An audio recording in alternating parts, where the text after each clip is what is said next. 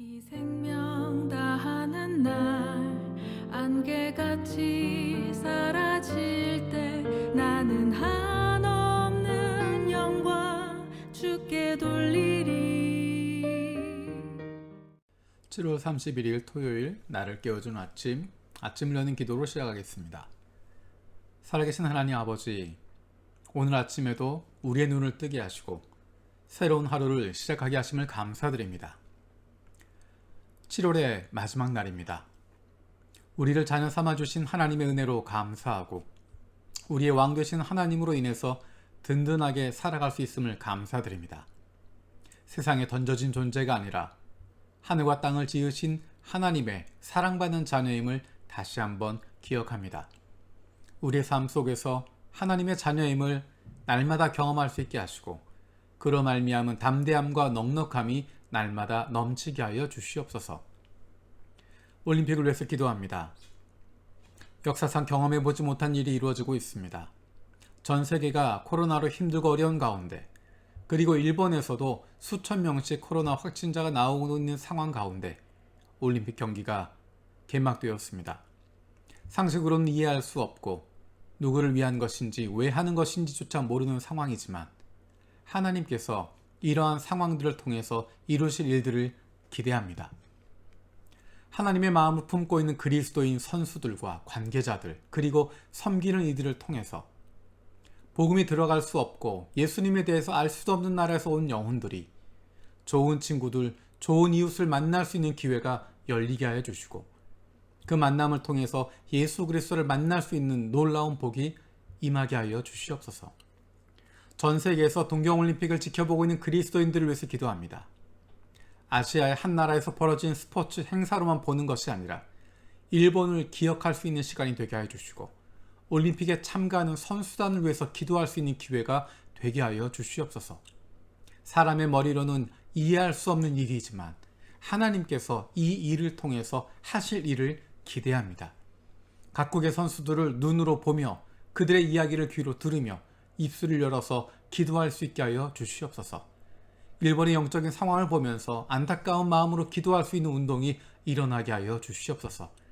사람이 알 수 없지만 하나님께서 이루시는 놀라운 일들이 끊임없이 일어나게 하여 주시옵소서. 작년부터 이어지는 코로나 상황으로 많은 어려움을 겪는 이들을 위해서 기도합니다. 주님, 우리를 불쌍히 여겨 주시옵소서. 사업이 어려워져서 어찌할 바를 알지 못한 이들이 있습니다. 가정의 가장들이 어떻게 가정을 꾸려야 할지 알지 못하는 가운데 있습니다. 하나님께서 피할 길을 주시고 도움의 손길을 보내어 주시기를 원합니다. 지혜를 주시고 결단력을 주시고 하나님을 신뢰하고 나아갈 수 있는 믿음을 갖게 하여 주시옵소서. 다른 사람과의 관계가 끊어지면서 정신적으로 영적으로 힘들어하는 이들도 있습니다. 하나님, 그들을 불쌍히 여겨 주시옵소서. 일본의 많은 지역들이 비로 인한 어려움을 겪고 있습니다. 코로나로 인한 두려움과 수재로 인한 어려움을, 그리고 무더위로 인한 문제들을 한 번에 당하고 있는 이들을 불쌍히 여겨주시고 피난과 복구와 이 모든 일들이 잘 이루어질 수 있게 하여 주시옵소서.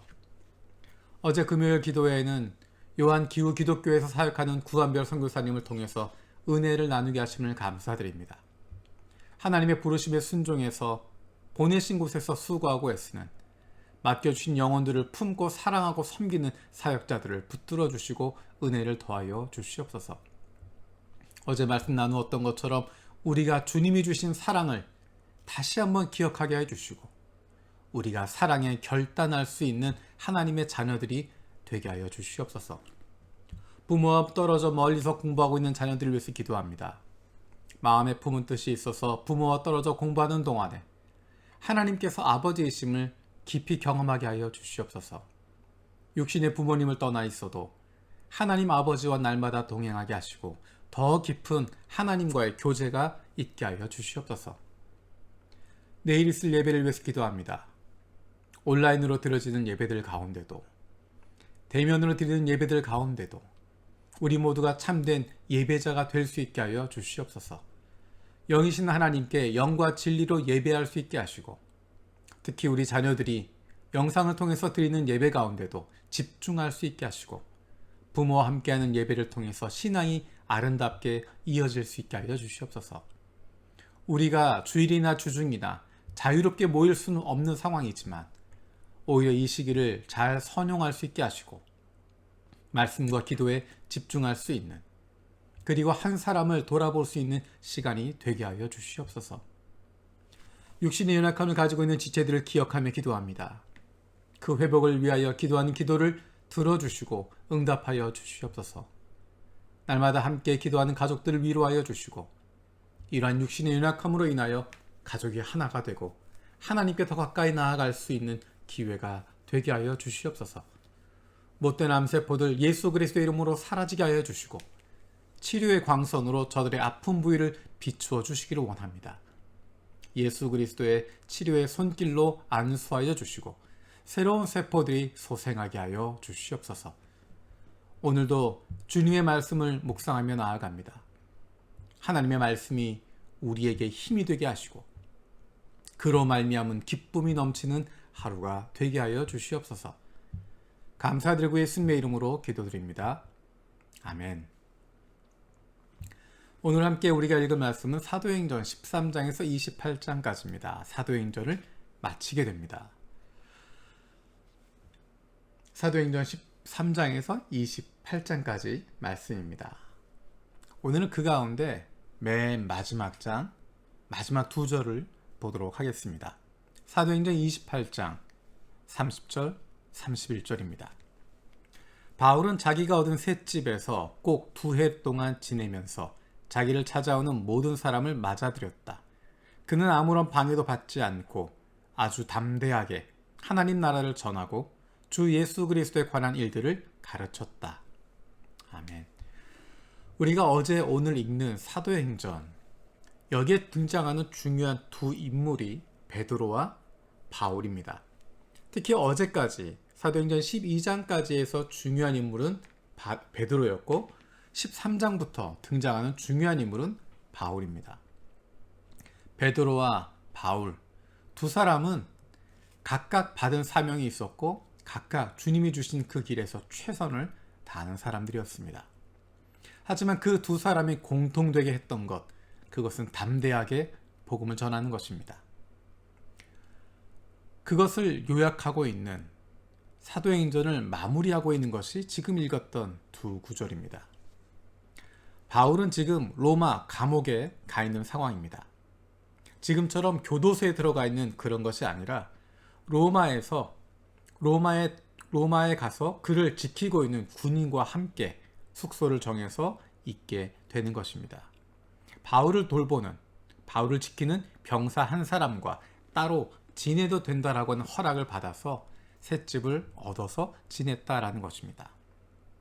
30절에서 그가 셋집에서 자유롭게 지낸 것처럼 보이지만 여전히 그는 죄수의 신분이고 마음대로 움직일 수 없습니다. 그런데 31절에 이렇게 이야기합니다. 그는 아무런 방해도 받지 않고 아주 담대하게 하나님 나라를 전하고 주 예수 그리스도에 관한 일들을 가르쳤다. 아무런 방해도 받지 않고 라고 이야기합니다. 조금 전에 이야기했던 것처럼 사도 바울은 감옥에 있는 상황입니다. 지금 구금되어 있는 것입니다. 그를 지키고 있는 병사와 함께 있습니다. 마음대로 자유롭게 할 수 있는 것이 아닙니다. 그런데 그것을 누가는 아무런 방해도 받지 않고 라고 이야기합니다. 사도행전에는 굉장히 많은 복음의 장애물들이 있었습니다. 많은 방해가 있었습니다. 사도행전 앞에서부터 기억하시면 예수님의 제자 가운데 야고보가 제일 먼저 순교를 당합니다. 그리고 그 이후에 베드로와 요한이 투옥을 당하게 됩니다. 그리고 베드로가 죽을 뻔했던 위기를 넘어서기도 합니다. 그리고 사도행전 가운데 가장 큰 박해였던 스데반의 순교가 있습니다. 한 사람으로 죽는 것으로 끝나는 것이 아니라 본격적인 박해가 시작되게 되는 것입니다.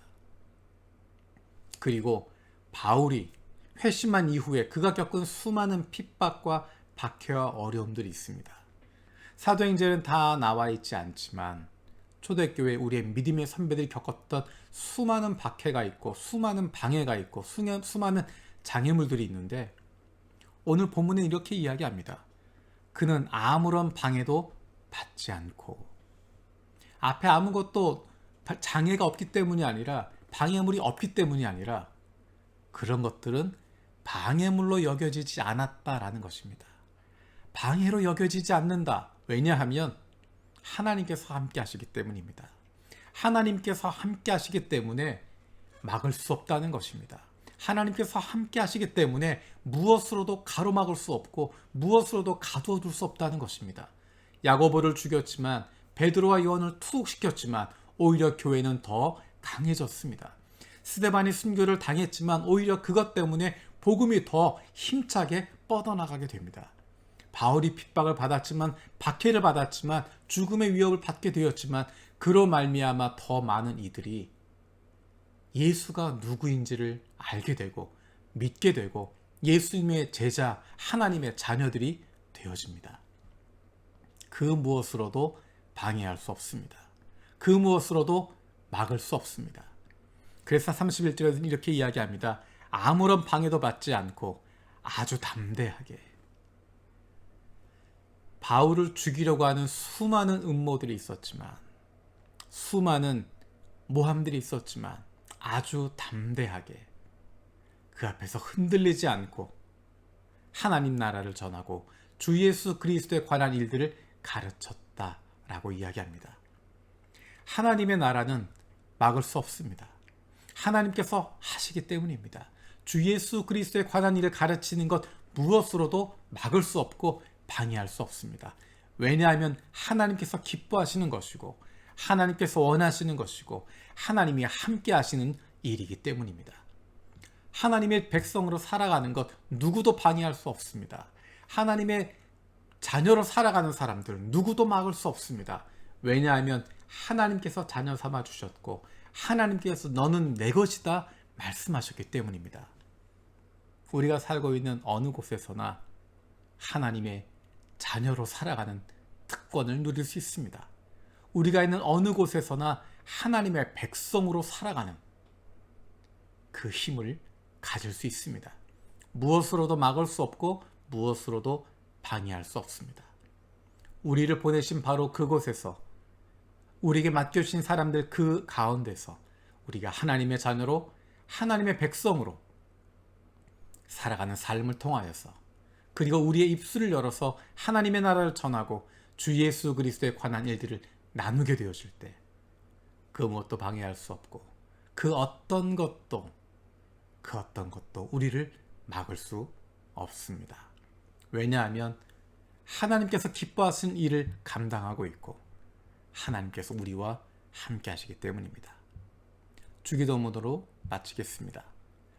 하늘에 계신 우리 아버지여, 이름이 거룩히 여김을 받으시오며 나라가 임하시오며 뜻이 하늘에서 이루어진 것 같이 땅에서도 이루어지이다. 오늘 우리에게 일용할 양식을 주시옵고 우리가 우리에게 죄 지은 자를 사하여 준 것 같이 우리 죄를 사하여 주시옵고 우리를 시험에 들게 하지 마시옵고 다만 악에서 구하시옵소서. 나라와 권세와 영광이 아버지께 영원히 있사옵나이다. 아멘.